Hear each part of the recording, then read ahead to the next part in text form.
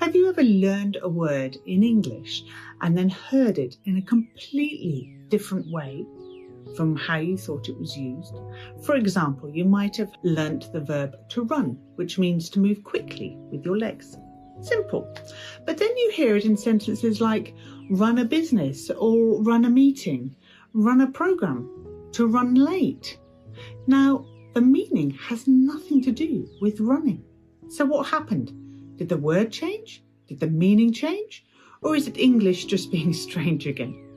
Well, before I answer that, I just want to ask you to subscribe to me and to follow so that you get notifications of any new posts I put up. Now, let's go back to it. Today, we're going to decode something very important.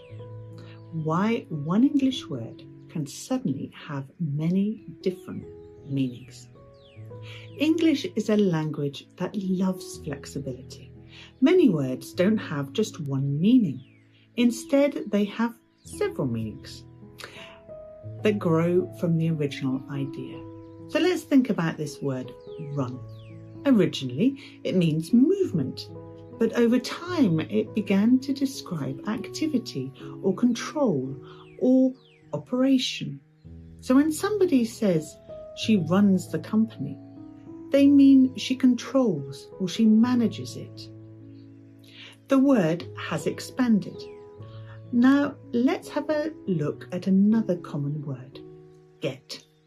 Now get means to receive something, but it can also mean arrive, become, understand, obtain.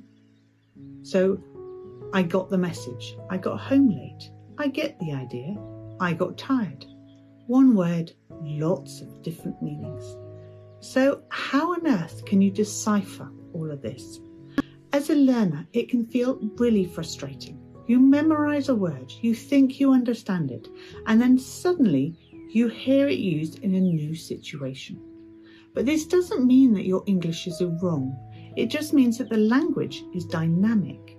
Many English words behave as families of meanings, not single definitions. Instead of trying to memorize one fixed definition, try to focus on a general idea for the word. So for example, let's go back to run. Instead of saying movement, let's think activity, operation.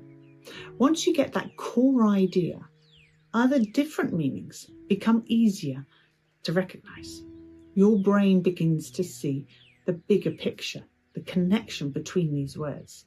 And that's one of the most fascinating things of learning English, is that words aren't rigid. They evolve, they stretch, they adapt. And once you start understanding these patterns, language becomes much more interesting. You're no longer learning vocabulary. You're learning how meaning grows inside the language. Now, in this series, we're exploring the parts of English that textbooks rarely talk about. The hidden habits, the small patterns, the details that make real English feel natural. Because once you understand these patterns, English will feel so much less confusing. It starts to make sense. So I really hope that you can put this into practice. Start listening out for those families of words and find the main idea behind them. It'll make it so much easier than trying to find one word, one definition. I look forward to seeing you in the next video.